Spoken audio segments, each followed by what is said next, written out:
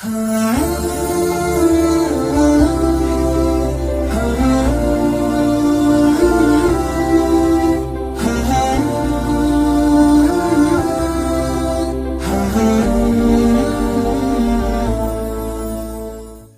و رضا عبادت کی اساس ہے،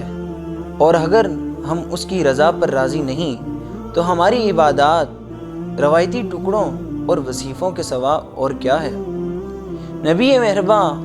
احمد مجتبی محمد مصطفیٰ صلی اللہ علیہ وسلم نے ایک حدیث قدسی میں ارشاد فرمایا ہے، اے ابن آدم، میں نے تجھے اپنی عبادت کے لیے پیدا کیا ہے، بس لہو لعب کے اندر اپنی زندگی کو مت گوا، تیرے رزق کا وعدہ میں نے خود کیا ہے، بس اس فکر کے اندر اپنے آپ کو ہلاک مت کر، میری تلاش میں نکل تو مجھے پا لے گا، اور اگر تو نے مجھے پا لیا تو گویا سب کچھ پا لیا، اور اگر تو نے مجھے کھو دیا تو گویا سب کچھ کھو دیا، اور جب تو مجھے پا لے گا تو میں تیرے نزدیک ہر چیز سے زیادہ محبوب ہو جاؤں گا۔ اس حدیث کے اندر بندہ مومن کو اطمینان اور سکون عطا کیا گیا ہے کہ اس کے وجود کا مقصد ہی عبادت الہی ہے۔ قرآن مجید کے اندر اللہ تعالیٰ ارشاد فرماتے ہیں، وَمَا خَلَقْتُ الْجِنَّ وَالْإِنسَ إِلَّا لِيَعْبُدُونَ، کہ ہم نے جن و انس کو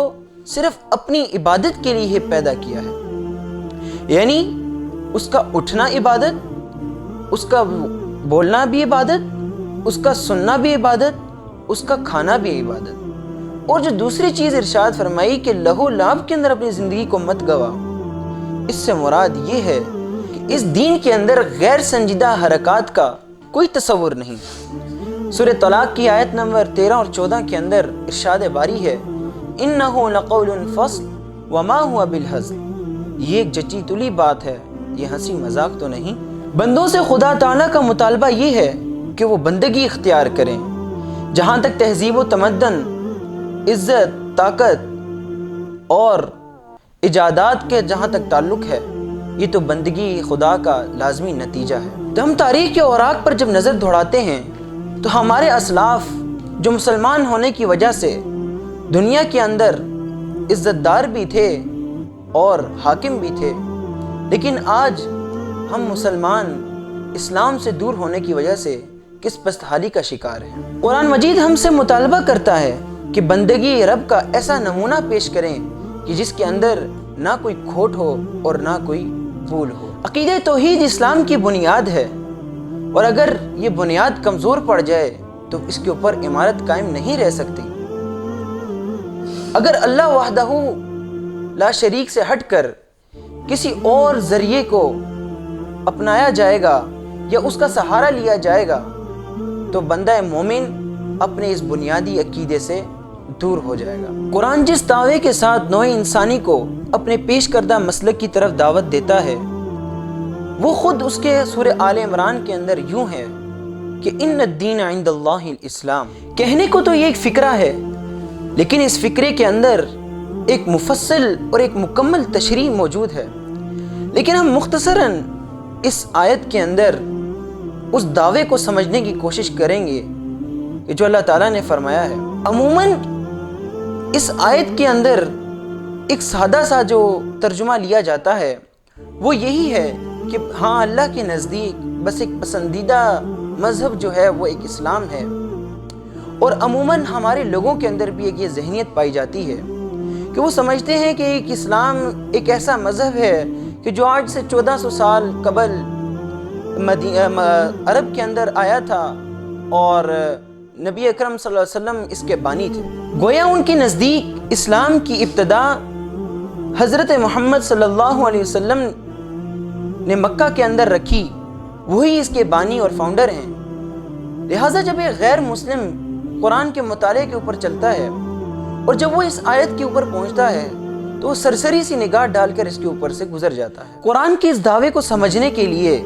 سب سے پہلے ہمیں دو لفظوں کا مختصراً تشریح سمجھنے کی ضرورت ہے۔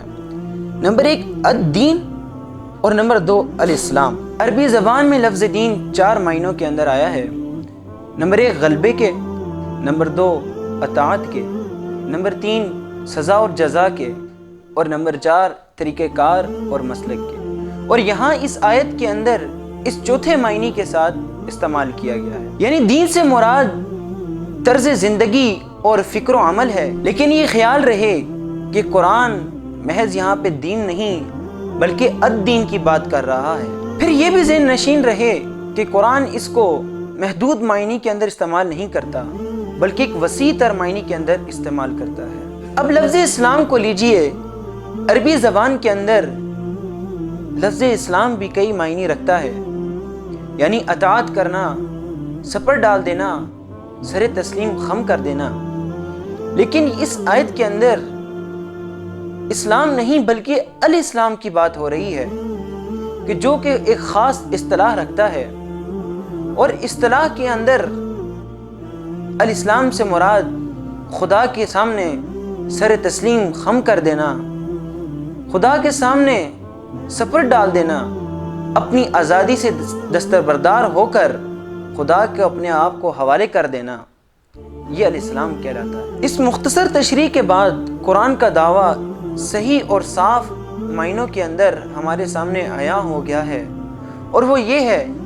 کہ نوع انسانی کے لیے خدا کے نزدیک صحیح طریقے زندگی یہ ہے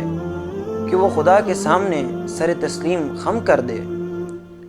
اور فکر و عمل کی اس راہ پر چلے کہ جس کی رہنمائی کے لیے خدا تعالیٰ نے اپنے پیغمبروں کو بھیجا۔ اس تمام گفتگو سے جو ہم نے نتیجہ اخذ کیا ہے وہ یہ ہے کہ اللہ کے نزدیک سب سے پسندیدہ دین اسلام ہے، اور اسلام چند محض عبادات اور رسومات کا نام نہیں ہے بلکہ یہ زندگی کے ہر شعبے کے اندر ہماری رہنمائی کرتا ہے، چاہے وہ سیاست ہو، چاہے وہ معیشت ہو، چاہے وہ ہمارے انفرادی معاملات ہوں یا اجتماعی معاملات ہوں۔ الغرض ہماری زندگی کے ہر شعبے کے اندر ہماری یہ رہنمائی کرتا ہے۔